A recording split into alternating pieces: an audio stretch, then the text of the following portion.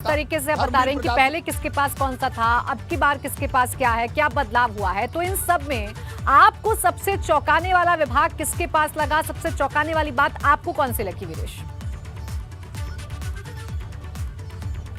देखिए 3-4 बातें हैं।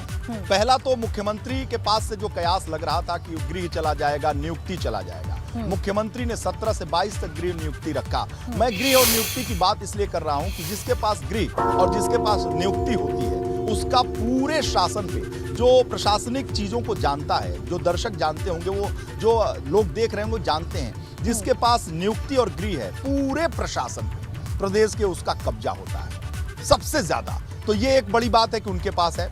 दूसरा जो सबसे चौंकाने वाला नाम है पीडब्ल्यूडी, भारी भरकम विभाग, अति भारी भरकम।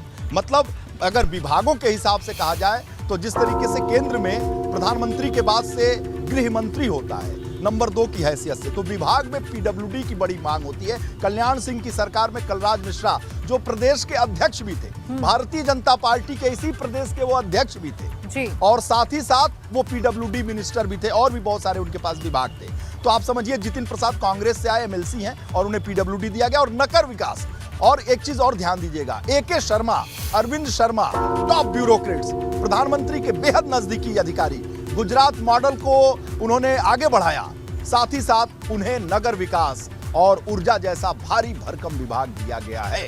और जो स्मार्ट सिटी की योजना है, परियोजना है, जो सपना है प्रधानमंत्री का, उसे वो पूरा करेंगे। और औद्योगिक विकास जो विधानसभा अध्यक्ष सतीश महाना के पास था 17 से 22 में, उसे नंद गोपाल गुप्ता नंदी को दिया गया है।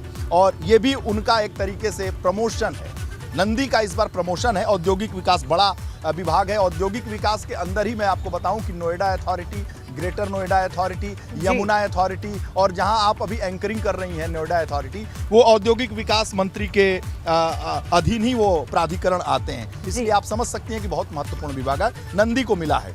और जेपीएस राठौर जो संगठन से आए हुए प्रदेश के महामंत्री और प्रदेश के उपाध्यक्ष दयाशंकर सिंह, जेपीएस राठौर, तो प्रदेश उपाध्यक्ष दयाशंकर सिंह को परिवहन जैसा भारी भरकम विभाग मिला है। परिवहन विभाग स्वतंत्र प्रभार के मंत्री के तौर पर 17 में स्वतंत्र देव सिंह को मिला था, बाद में वो प्रदेश अध्यक्ष हो गए और स्वतंत्र प्रभार के परिवहन मंत्री ही रहे। उसके बाद संगठन से अशोक कटारिया जो प्रदेश के महामंत्री थे उनको लिया गया मंत्रालय में। इस बार उनको मंत्रालय में नहीं लिया गया है और उन्हें परिवहन मंत्री बनाया गया। उनकी जगह पर दयाशंकर सिंह प्रदेश उपाध्यक्ष को। और जेपीएस राठौर को सभी लोग जानते हैं, और लेकिन इस बार जो उनका नाम है उसको देखकर तो दर्शक भी चौकन्ना हो जाएंगे, पत्रकार भी चौकन्ना हो जाएंगे। हम लोग तो उनका नाम इतना कठिन जानते ही नहीं थे। उनका नाम श्री जयेंद्र प्रताप सिंह राठौर। लगा मैं नाम खोजने की जेपीएस राठौर साहब कहाँ हैं।